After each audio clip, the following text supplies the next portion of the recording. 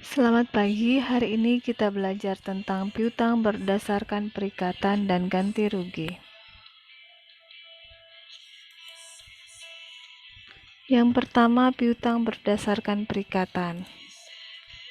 Piutang berdasarkan perikatan dapat diklasifikasikan menurut karakteristik perikatan yang dibuat.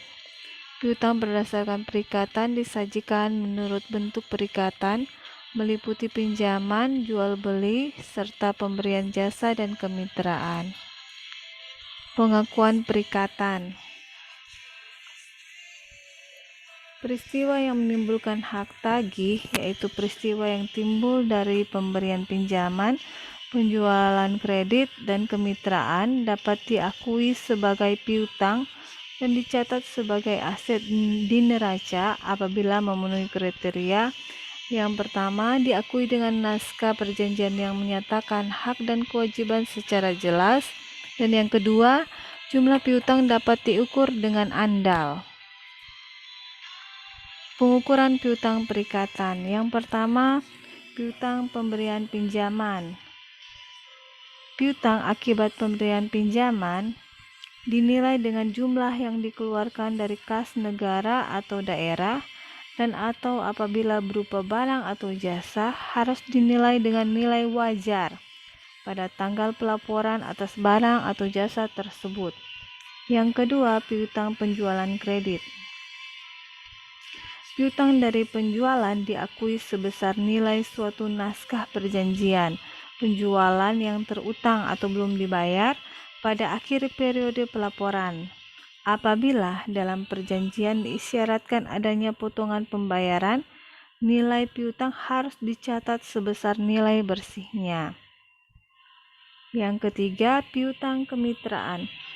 Piutang yang timbul diakui berdasarkan ketentuan-ketentuan yang disyaratkan dalam naskah perjanjian kemitraan. Penyajian dan pengungkapan.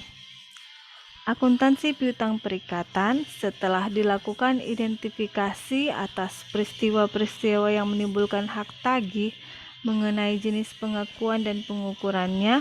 Tahapan selanjutnya adalah melakukan pencatatan. Yang kedua, akuntansi piutang pemberian pinjaman jangka panjang. Tagihan didasarkan pada kontrak pinjaman. Yang kedua, piutang tuntutan ganti rugi. Piutang tuntutan ganti rugi terbagi atas dua. Yang pertama, piutang yang berasal dari akibat tuntutan ganti rugi atau TGR, dan yang kedua, piutang yang timbul akibat tuntutan perbendaharaan atau TP.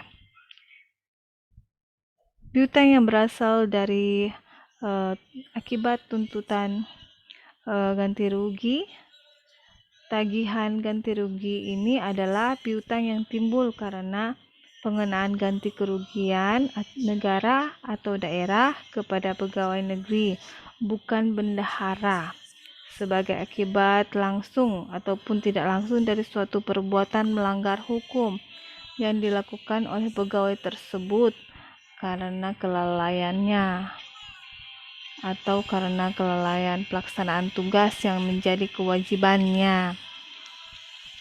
Kemudian untuk piutang yang timbul akibat tuntutan perbendaharaan atau TP, tuntutannya dikenakan kepada bendahara karena lalai atau melakukan perbuatan melawan hukum yang mengakibatkan kerugian negara atau daerah.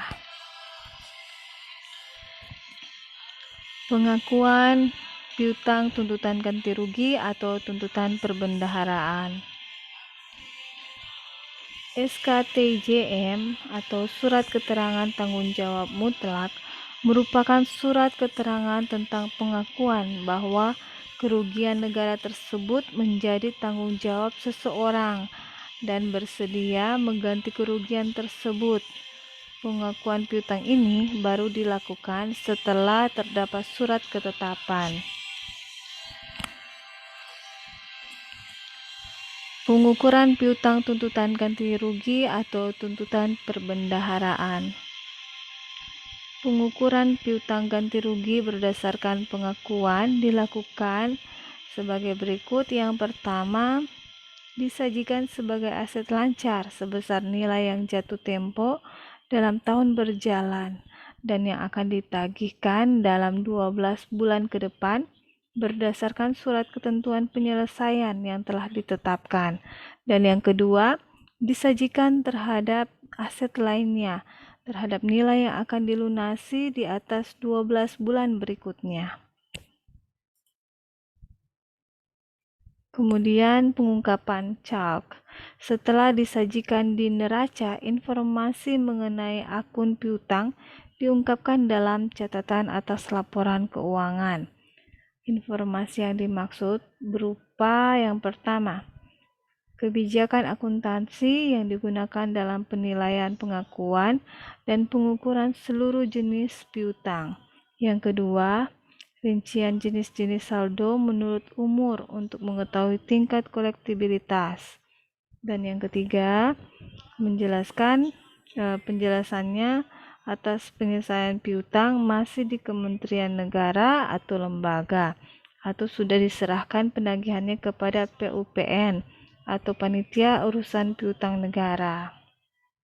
Yang keempat, tuntutan ganti rugi atau perbendaharaan yang masih dalam proses penyelesaian, baik melalui cara damai maupun dari cara atau di pengadilan.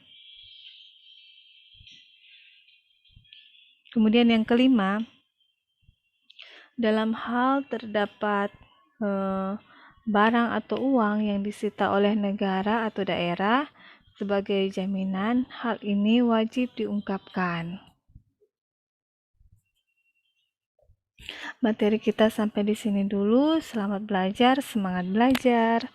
Jika ada pertanyaan, silakan di email ke Mem. Terima kasih.